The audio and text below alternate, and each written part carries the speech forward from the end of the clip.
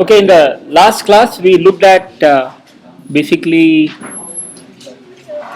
one of the main components of power dissipation, which is dynamic power dissipation. This is power dissipation associated with activity in the circuit, where the circuit nodes are switching. Basically, you're doing some computation, and for every node I in the circuit, if alpha I is the probability of the node I switching from 0 to 1, that is when it draws energy from the battery. Then Ci is the node capacitance. Then the power dissipation associated with this charging of the capacitance, and eventually that energy from the capacitance is discharged at some point later on. So that power dissipation is alpha I Ci VDD square F. F is the frequency of operation, the rate at which the circuit is operating. So if there are n nodes in the circuit, then the power adds up. Every node dissipates a certain amount of power. The total power is just the sum of power to charge and discharge all these capacitances in the circuit. Typically, capital N, the number of nodes would be in tens to hundreds of millions. Okay, very, very large numbers in these modern chips, huge numbers. So this calculation has to be done over all the nodes in the circuit.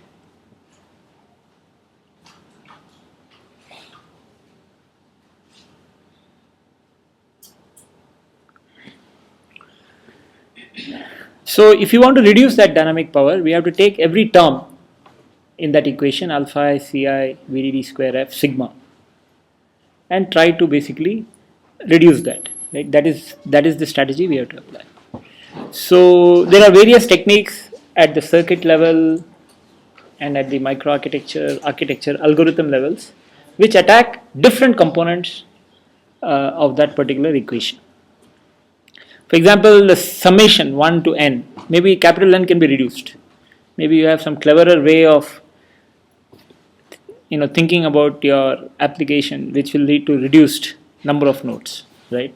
Smaller number of nodes, smaller is the power consumption, dynamic power consumption. So here we look at first the activity factor alpha. So the node with the highest activity factor is the clock. In fact, some of these very high performance chips, the clock power can be 30-40% of the overall dynamic power. Just the clock net. So in this figure, if you see this is an example, right? You have a pipeline stage. I'm just showing one portion of the pipeline stage. This is the input, goes to a combinational logic block, and then there is another set of flops which captures this output, and so on. This is how a pipe stage looks. So this clock which is going into all of these flip-flops, the sequencing elements, so all these are edge-triggered flip-flops. This clock net, this node can have a very large amount of capacitance because it is going to all the flops in the circuit. Some of these large chips can have 500,000 to 1,000,000 flops. So that single node is driving all those flops. So the capacitance is associated with the wiring because these flops are spread all over the chip uniformly. The chip can be pretty large, 10 mm by 10 millimeter, like size of a postage stamp. So the wiring covering all of that, there is capacitance. And then of course the gate capacitance, the input capacitance of the flip-flops themselves. Right?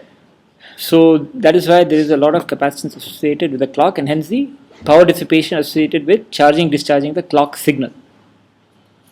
Now if you know that there is a certain piece or certain portion of the circuit which you don't want to use for some duration, maybe you are doing integer computation right now. For example, there is no floating point operation happening in my laptop. It's just displaying. Perhaps large power portions of the chip are not really needed right now. So those portions can then be, you can shut down the clock to them. So that is called clock gating. So what you have is, you have a little circuit which is put on the right side. This is the clock gated circuit. what that does is there is a signal called clock enable. Only when that is high will the clock go to this portion. If that is low, the clock is disabled. So the actual clock which goes to these flops is clock underscore G. I'm just using some notation. It's not a standard notation. Just to show that that signal is different from the incoming clock. So it's a gated clock.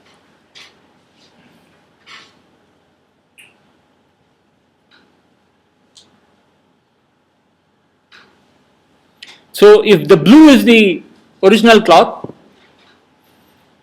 you have the orange, which is the clock G, which, there are some portions here, some number of cycles, where you want to suppress the clock to that portion of the circuit. And so clock G is just kept low for that duration, and then after some time you decide, okay, I need to start using it again, and then you turn it on. So what you have done is you have saved the power, dynamic power associated with charging, discharging the clock net during this portion. This portion could stretch for hundreds of thousands, maybe millions of cycles. This can happen. Okay.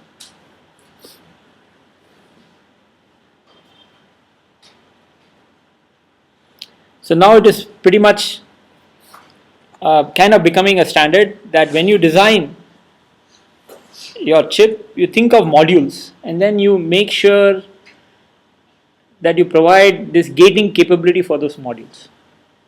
It has to be at a reasonably high level. A floating point unit is a good level of to think of as a module. You know that the floating point unit is used only for floating point operations. Non-floating point operations, you can easily shut off the whole module. Right? Doing clock gating at much finer level, it might become difficult to decide when to shut it off and shut it on. So there is a right level at which you do the clock gating. So how do you do this clock gating? So you have to be very careful when you do this clock gating, because you want to make sure the clock is, next to power, clock is the most important signal. Of course, if you don't have power, nothing will work. You have to have good power integrity.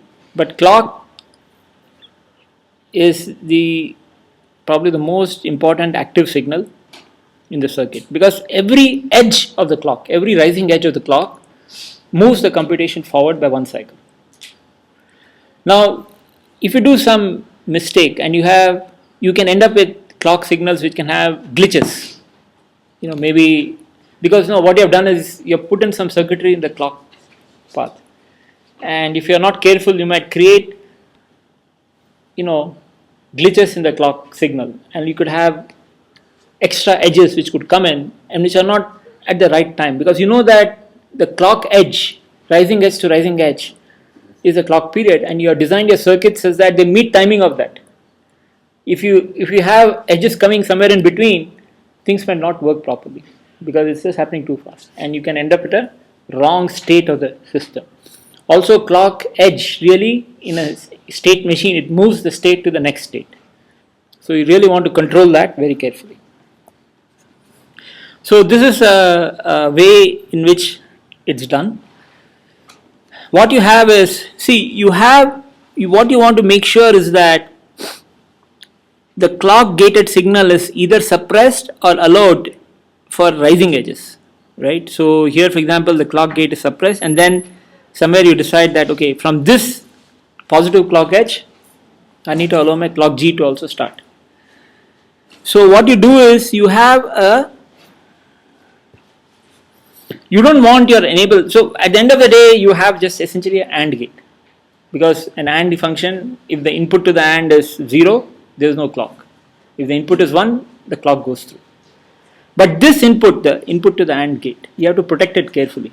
You don't want that input to change somewhere, at wrong times, because then you can have extra edges which will mess up the computation. So this is a simple way of doing it, a negative transparent latch. This latch is transparent when clock is low. When clock is low, this is transparent. Here, then whatever happens in enable can happen here, but that is okay, nothing will happen here because clock is low. Clock G is not going to get affected. It's going to remain low because this is low. But when clock is high, you better be careful. Don't allow NV to go up and down. It has to remain stable. Either it has to stay up or it has to stay low. That is what this negative transparent latch does. Because in the negative transparent latch, it's transparent during the negative phase, but during the positive phase, it's opaque. So when the clock is positive, it's opaque. There won't be any changes to NV, N underscore V, and it will remain stable. So why can't you enable and clock directly to AND gate? That's what I'm saying. When you give enable directly to the AND gate, what if enable changes when the clock is high? Something happens. Someone is generating enable, and you have no control. Maybe say enable might go low. Maybe there is some piece of logic which is computing the enable signal. If loading, if my code is integer code and blah blah blah, then you say, okay, I disable this. So there might be some conditional thing which is evaluated. In that evaluation, maybe due to races, enable may go up and come down, and then eventually it will settle. But if we have those glitches directly exposed out here, the clock G will also go up and down, right? You don't want that. So you want to ensure that. Maintain the frequency. Exactly. I mean, you will have bad things happen when you have extra clock edges, because every clock edge you have to account for. It can't just be. Everything happens at clock edges in a synchronous design.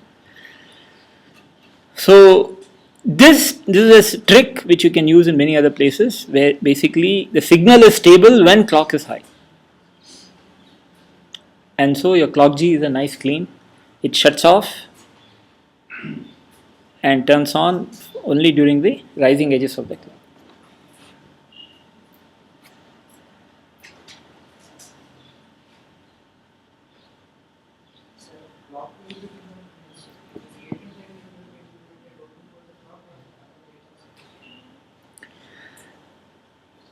The gating is basically implemented for the clock.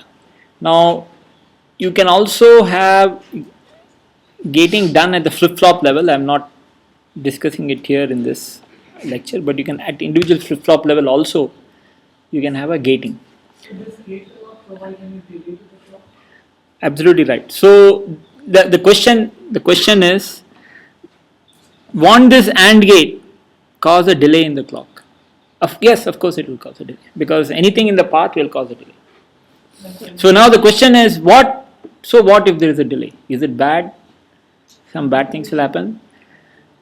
And yes, if you are not careful, you can have bad things happen. But to fully understand that, we have to basically talk about timing and sequencing. When we discuss the chapter on clocking, we'll kind of go through that in more detail. But the idea is that in a synchronous system, the requirement is that the clock which comes to the input of the flops has to come at the same time. The positive edges of the clock have to occur at the same time at all the flops. Because as a synchronous circuit design, as a circuit designer, when you design the circuit, you assume that the clock edge is happening at every flop at the same time throughout the chip. Okay, that is basically how you are doing your design. You are making that assumption. If you are familiar with Verilog or VHDL, you have always at pause edge or in similar equivalent thing in VHDL. Right? So you are saying at the positive edge you do something, where you are assuming that positive edge is a global phenomena. Everyone knows there is a notion of simultaneity. But in practice, the physical circuit has to deliver those clock edges to all the flops, right? So delivery will consist of what? Invert buffers and wires, and you're always going to have some delays. So you have to make sure, you have to very carefully ensure the clock distribution network is delivering those positive edges to all the sequencing elements, such that the arrival time of the clock edge at each of those places almost same. Any deviation, that is called a clock skew, and that eats into the timing budget. Okay, because the clock skew will take away from time available for you to do computing. So as soon as you put in a gate out here, it's going to add some delay, and perhaps the clock edges going to those group of flops will get affected. But that has to be accounted for, and that can be taken care of. Okay, in the design. So you have to make sure that the arrival time of the clock edges at every sequencing element is the same. If delay is higher, why do you not make delays equal to the one clock period? If delay is higher, if you make equal to one clock period, then we will not see that. Yes. So The question is, can we take care of this extra delay by actually padding it up with additional delay such that the overall delay is 1 clock period? And the answer is yes, you can do it, but there is a cost involved to that. Okay, the first cost is essentially area. You have extra, because 1 clock period, maybe some of these ASICs will be 40 FO4 delay, maybe 100 FO4 delay. So you have to put 100 fan out 4 inverters to get to 1 clock period. Right? That's a lot of gates. Power is the second thing. So all those gates are switching. Third thing is, it turns out that there is the clock edge which comes in. It's also a random. The arrival time of the clock edge is a random variable. Okay, it happens. The mean time given the previous edge, the next edge will happen after 1 clock period on an average. But in reality, there will be some deviation. Sometimes it will occur a little earlier, sometimes it will occur a little later. That variation is called jitter. And that jitter is proportional to the delay. The more stuff you put in the path, more noise it will accumulate. Okay, and so there will be more jitter. So that is another reason to try to keep the delays small.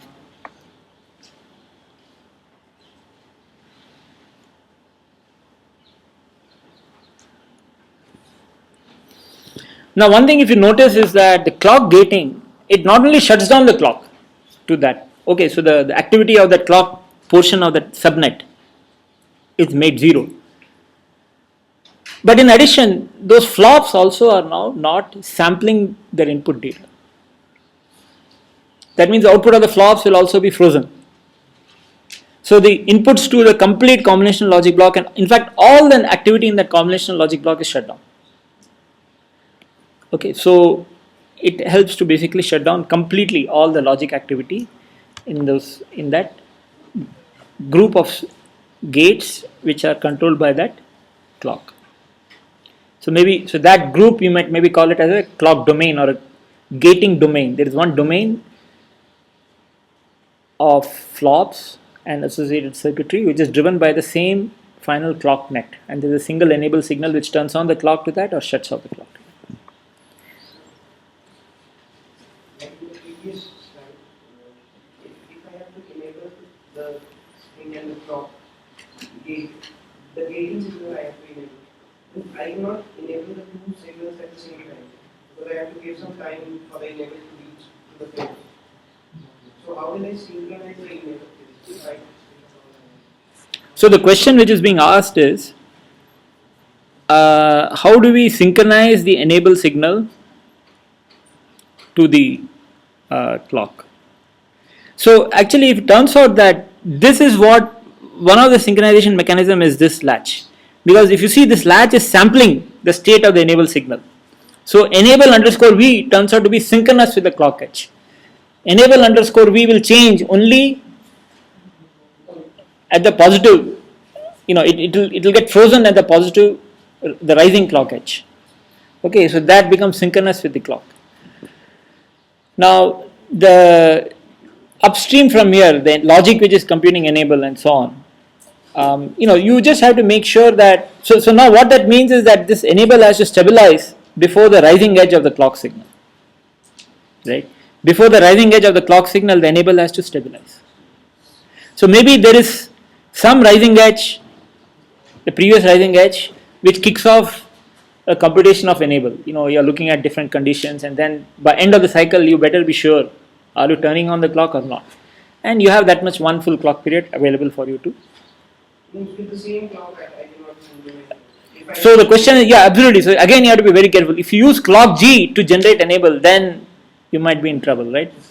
Like what happens in Bangalore roads, you have a deadlock. No one can go. Everyone is waiting for the other to go. You are stuck. So you have to make sure that the enable which is being generated is coming from a higher level. You can think of levels of the clock, right? So in that case, if I'm taking this clock back, then the condition of clock is not available. So you should not do that. Yeah. Absolutely. That's what I'm saying, that you should not. You have to make sure enable is being generated by an ungated clock. At least not this clock G should not be generating enable. So what I'm asking is, if the clock and the enable signal both have to go from 0 to 1 at the same time, then it won't work. Means Correct. So the clock can enable. So the question is, what if enable were to change from 0 to 1 at exactly the time when the clock is also going from 0 to 1?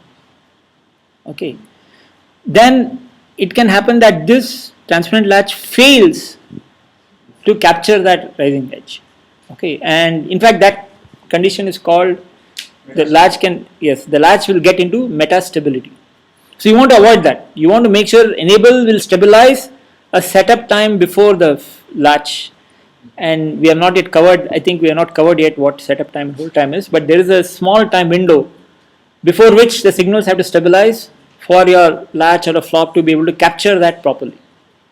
If that change happens in that window, then you don't know what the output value is. It could be either 1 or it could be 0, or it could even be at some intermediate analog voltage. So that you want to really avoid. So enable has to be synchronous with respect to clock, which means you have to do the timing analysis and ensure that enable and clock don't happen at the same time.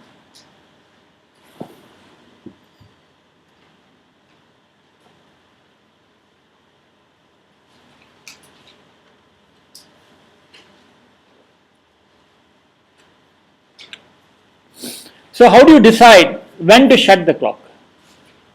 So one is a deterministic approach, where you know for sure that certain pieces of the chip are not being used based on what the chip is being used for. Floating point computation, he said, is an example. Maybe you have a hardware encryption engine. Okay, so if you know for sure what kind of code you're running, okay, then you don't need to turn on that engine. So in some sense, the system knows what it is actually doing in the chip, and the system is could be a runtime system which is part of the operating system, or it could be maybe something implemented in hardware itself. Essentially it knows that now I don't need to use these portions of the chip, so I'm going to shut it. Okay, so but a more fancy thing could be something where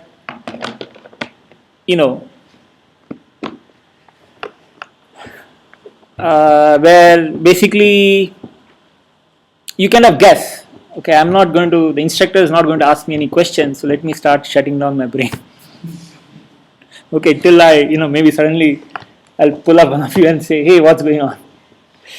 So then it takes you time to get up, right? But you say that, look, I have not asked you questions at all individually, so it's okay. So you learn, and then you say, I'm going to basically be quiet. So that's pretty much what you can do. You can have at the system level something which is observing, and then it can kind of say that, look, I'm going to kind of go into this hibernate mode.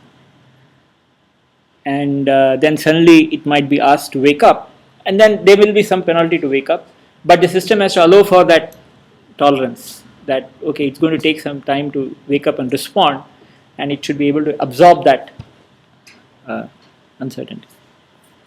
So again, I've just written it as one word, guessing, but there's a lot of interesting things that need to be done to make something like this work, and that's kind of beyond the scope of this course. But you can read up some papers and so on. Maybe especially if you're interested in things like statistical modeling, machine learning, those kinds of things, then you can apply some of those concepts here.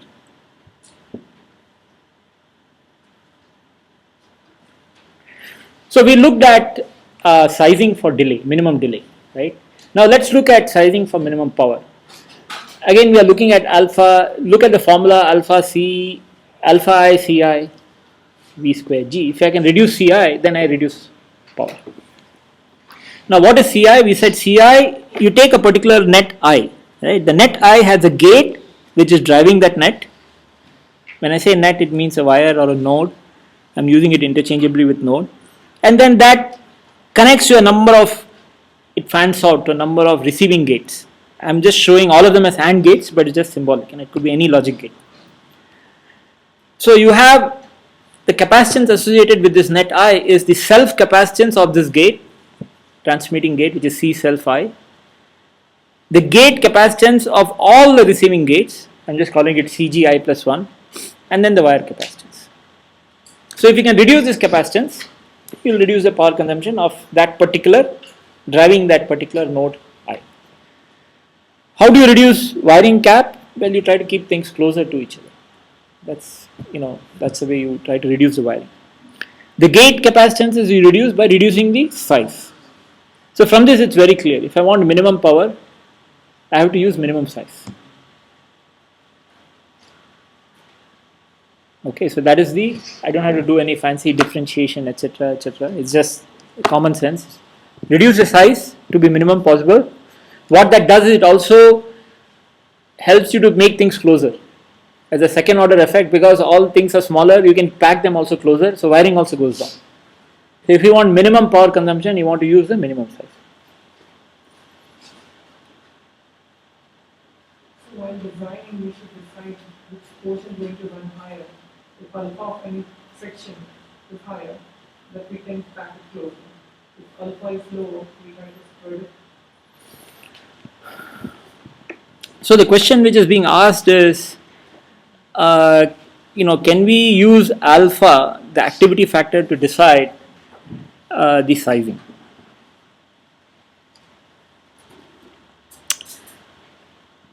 Actually,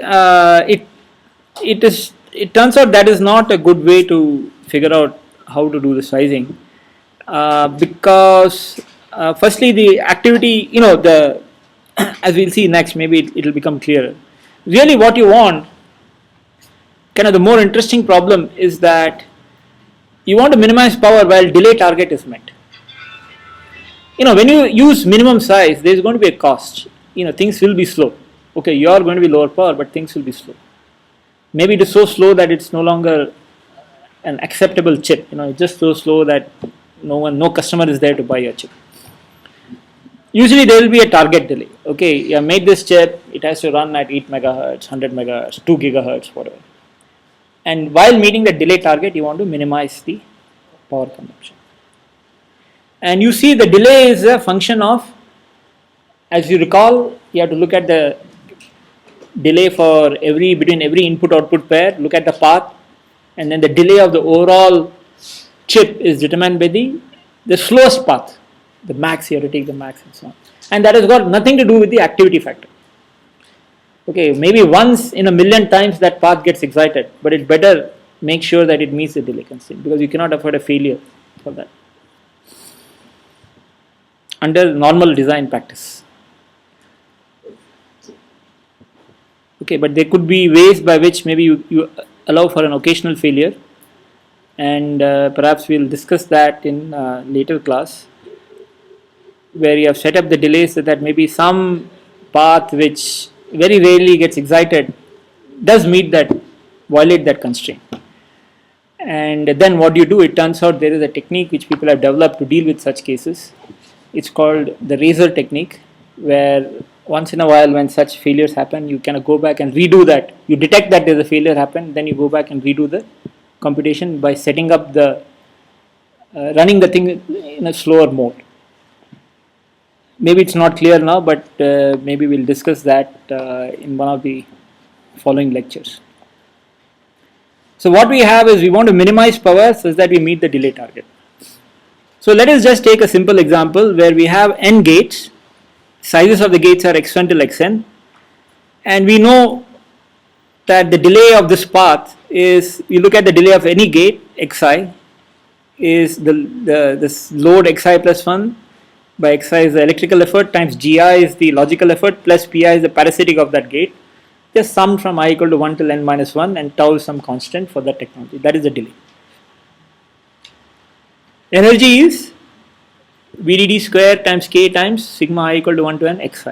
I have just ignored the wiring capacitance out here, just to illustrate this constrained optimization problem. So what is your goal? Your goal is to minimize the energy. As we said, if you minimize energy, power also gets minimized. Right? Energy times F is power. So you minimize energy. And here we are talking of minimizing by adjusting the sizes. We are not touching the supply voltage. That is a constant. We just want to adjust and we are not even doing anything for activity factor, because it's kind of, in some sense, you have alpha I, xi. Really, I've kind of ignored alpha I. Usually, as we said, alpha I for non-clocks is very small, right? Less than 10%. So you want to minimize the sum of xi. Here the sum is from I equal to 2 to n minus 1. I'm just assuming that x1 and xn are fixed sizes. So you're not kind of allowed to change those. It's just, you have to have something which is fixed, right? You have to drive some fixed load. Such that the delay is less than d target. Okay, I've taken a shortcut here. I have not put the GIs and I have not put PI, but just, I guess I was in a hurry to write this formula. But basically, this is the constraint. And your goal is to find the variables x2, all these variables x's. Okay, such that you minimize the sum while you meet the constraint.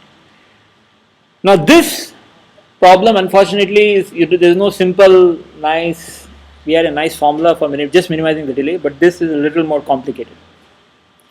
So one way of solving these problems is to essentially set up a new variable S, which is the energy plus some lambda, which is called the Lagrangian, times this difference.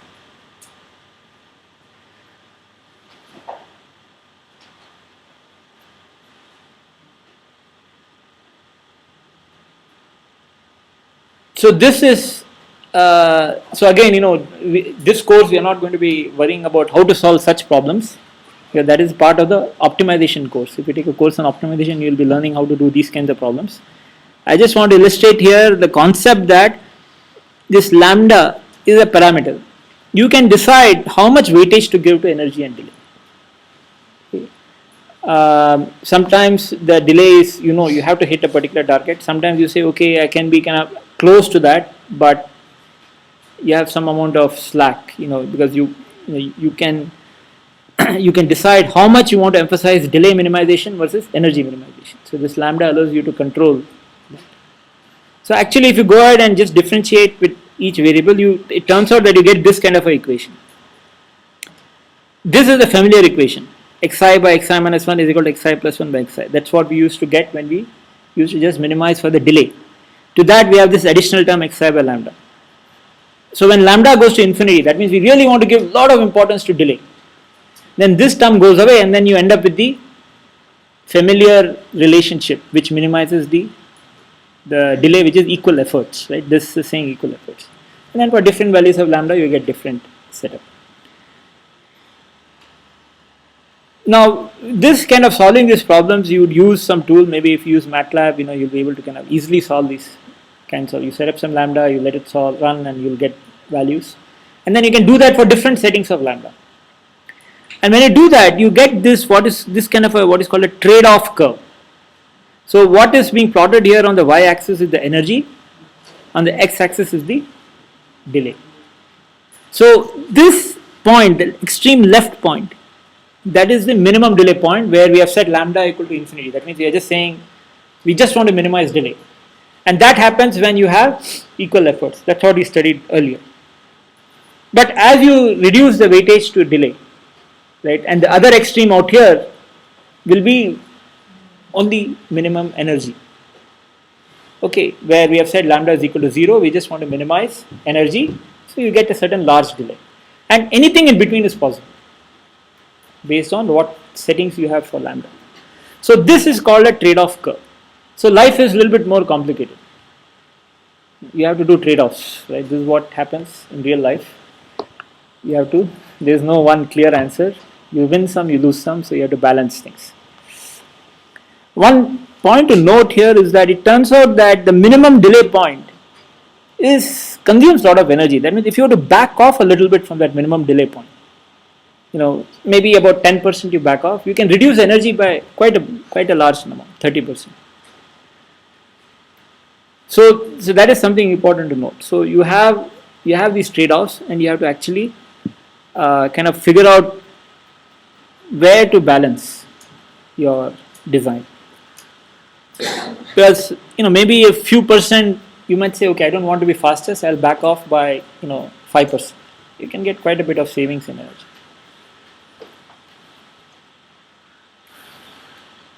So this kind of trade-off exploration is difficult to do by hand. There is no simple formula, because that you see that equation even for that simple linear delay formula and simple sum summation for the energy, it kind of becomes a little bit more complicated. But those problems already, they're quite powerful tools, easily available, so you can easily explore these kinds of trade-offs numerically.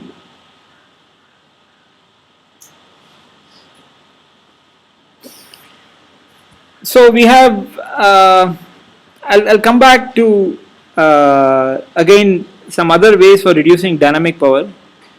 We kind of briefly, we kind of looked at voltage reduction, right? CV square F. We said V can be reduced. We looked at it in the last class and saw how you can actually reduce the voltage to 100 millivolts or even lower, and your circuits will still work.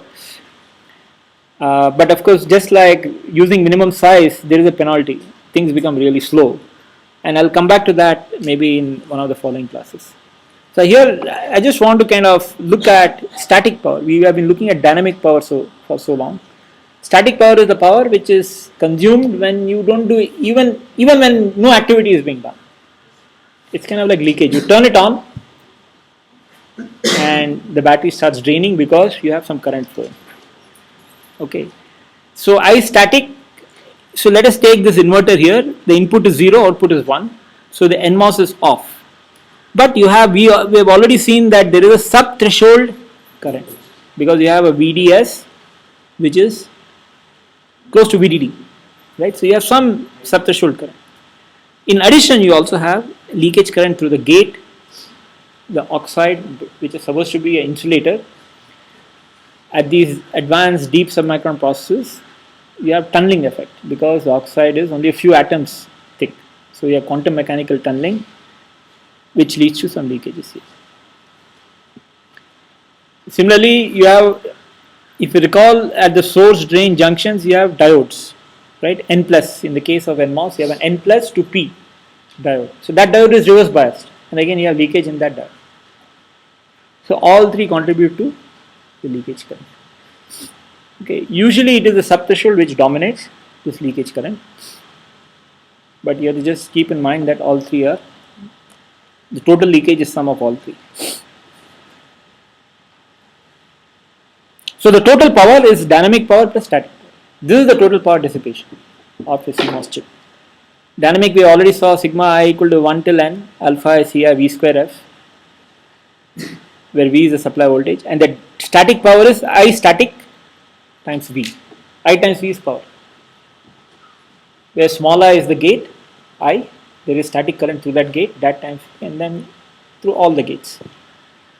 So you can have a lot of gates, millions and millions of gates, and it turns out that typically the static power consumption is about half the dynamic power for a well designed circuit, which is kind of, you might say, that is strange. Shouldn't I make static power equal to 0?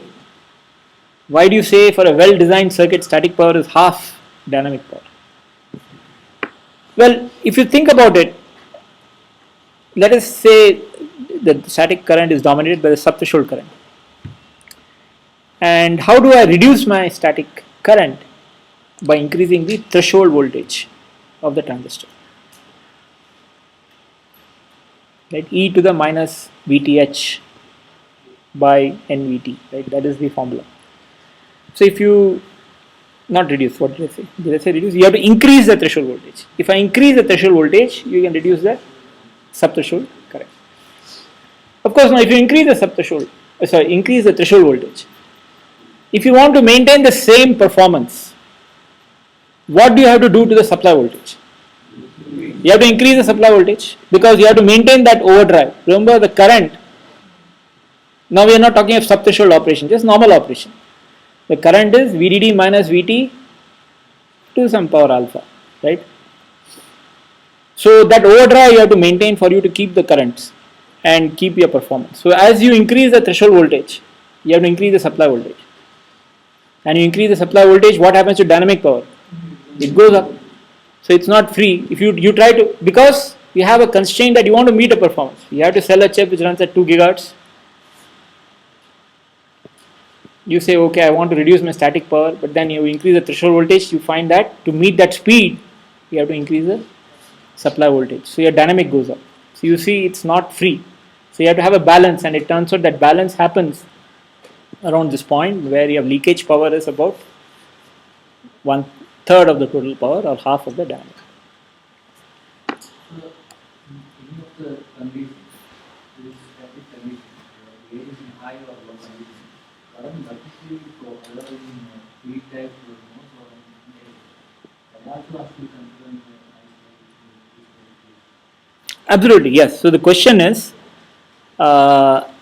you know, the current in any gate, either the pull down stack is off or the pull up stack is off. It doesn't matter, exactly one stack is off, the other is on. So you have leakage through that off stack. So that's right. Absolutely, yes. I static. So maybe the point you're trying to make is that the I static itself depends on the state of the gate. Is that what you're trying to say? And yes, that is correct. The static current I static actually depends on the state of the gate. Which is the off? Is it PMOS stack or the NMOS stack? And in fact, we'll see in a couple of slides, even if you know that one of the pull down stack is off, it depends on the exact values of the inputs, the exact current values. So just to kind of come back and look at the sub-threshold current, you have I naught times e to the VGS minus VT by NVT times 1 minus e to the minus VDS by VT. This we said we can ignore when VDS is about greater than 4 times thermal voltage, which is for sure true for normal super threshold operation. And the threshold voltage itself, remember, gets modulated based on the body bias and the drain source voltage through the Dibble effect and the body effect. So now, you know, again, if you were to look at what are the leakage reduction mechanisms, okay, how do I reduce leakage? We look at just three ways of doing it in this course. One is multi-threshold transistors, other is input vector, third is power gating. Now you know that the leakage of the gate happens both in active mode and a standby mode. What do I mean by active and standby? Active is you know that you are doing some computing. Standby is perhaps you have done clock gating and you have shut off the clock, but you have still left power on. It's not doing any work, but you have connected power, so it is consuming current. So that is an example of standby. So now you know that when you are doing computing, the gate is active. But if you really think about it, in a pipeline stage, maybe the pipeline depth is, as you said, say 40 gates on an average. And you take any particular gate. In a cycle, maybe a logic transition goes past that gate for a small time in a whole cycle. Rest of the time, the gate is just waiting for something to happen. Its input is stable, output is stable. For some small duration in a clock cycle, transition happens and the gate does something. So you see the active mode also, the gates are leaking besides dynamic, because as we said, the activity factor is less than 10%. That means not much activity is happening most of the time, most of the gates are just leaking. So it's important to also look at active mode leakage control. And of course in standby mode, you know that you're not doing any work, so you really want to reduce the leakage to zero. The concept of using multi-threshold transistors is that in your library, you can have transistors with both low threshold voltage as well as high threshold voltage. So as a designer, you get to choose which transistor you want to use. If you use a low threshold device, the threshold voltage may be maybe 250 millivolts. Okay, not sub-threshold, low threshold. Instead of threshold being 350 millivolts, maybe it's 250 millivolts. So you have 100 millivolt less threshold voltage, which means for that gate, the gate overdrive will be for the same supply voltage. Will be higher, so it will be a faster gate. But then because threshold is lower, it will be leakier. So sub-threshold current will go up, yes. So you can have fast leaky gates or slow less leaky gates. So as a designer, you have to make a choice. Which one do you go for? Okay, so you have a NAND gate, for example, where all transistors are low threshold. You can make all transistors high thresholds, and then you have leakage is less, but it will be slower. Of course, you can also have gates where maybe some transistors are high and some transistors are low threshold. You can have mixtures. That is also possible. So that, where instead of uniformly saying I have a slow gate, fast gate, within the gate itself, maybe some transistors you decide to make high threshold and some transistors you make as low threshold. Now, how do you decide which ones to use? Well, when you have a critical path, you want to kind of, for that, you will have a few paths which are critical. That means they are setting the delay of your chip. But paths which are not critical, you can slow it down. Because, they just finish the job and they're just waiting, right? So they can take more time and try to finish just in time.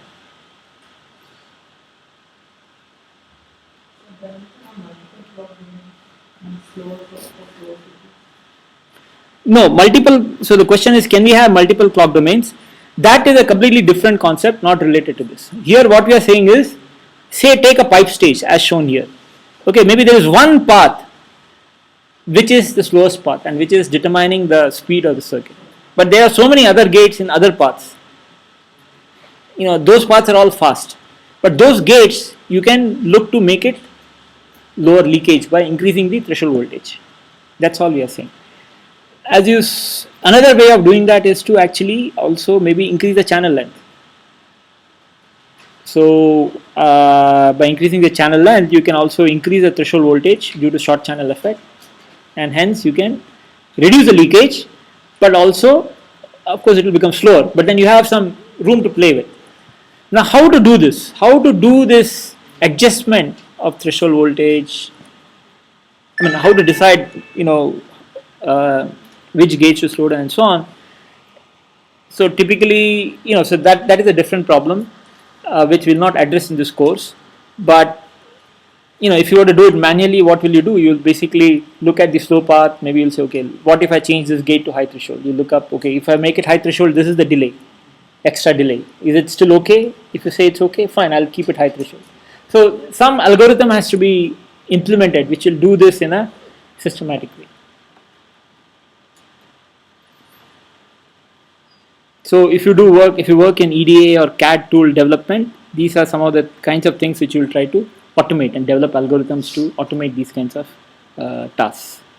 And you need to really automate these tasks because, as we saw the numbers, millions of gates. There's no way you can do any of this by hand. By hand, you can custom design each gate. So you'll have a library of gates, which gates you have designed and you have characterized. But this kind of optimization has to be done in an algorithmic way by software.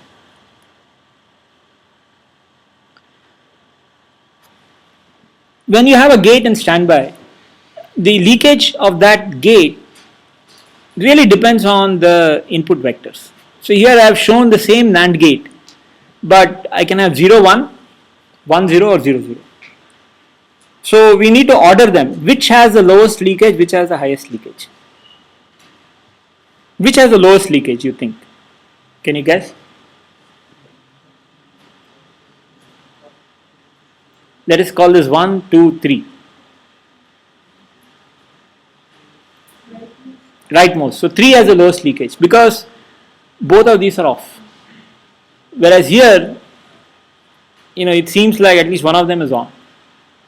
Okay, so you would think 3 is the least leakage. Is the third one where both are 0 is the lowest leakage, and that is easy to figure out. But between these two, which has lower leakage? 0, 1, 1, 0. That is a little harder to figure out. Let me just tell you the answer to that. Let us look at this case, right? I'm just zooming in on just those two, where we have the top one which is off. Top one is getting an input 0, bottom one is getting an input 1. We are just concerned about the pull down stack. Pull up is both, at least one of the PMOSes is on. Actually, I made a mistake here. One of these PMOSes is on, the other is off. So pull up so the output is close to VDD. Right? That's it. This is an AND gate. Now, if I look at between these two guys, the first one, the bottom transistor is on. So this voltage here is almost close to ground. So this off transistor is seeing a VDS close to VDD. Okay. Remember, you have the Dibble effect. So when VDS is large, the threshold voltage reduces by the Dibble, there's a Dibble coefficient maybe 0.1. So if I have 1 volt VDD, maybe the threshold voltage reduces by 100 millivolts. So this transistor has lower threshold voltage, okay, than what you would think it should have. From what you just use a 350 millivolt device, but in actuality its voltage has come down because of the larger VDS. Whereas here what happens is that actually both the transistors are off, surprisingly, because even though the top one is 1, what happens when it's remaining static for a long time, this node will charge up and eventually turn this transistor off, right? Because you have VGS starts reducing. So both are off. So now you see that the threshold voltage, the VDS of the lower one is not VDD, but much is lesser by VDD minus VT.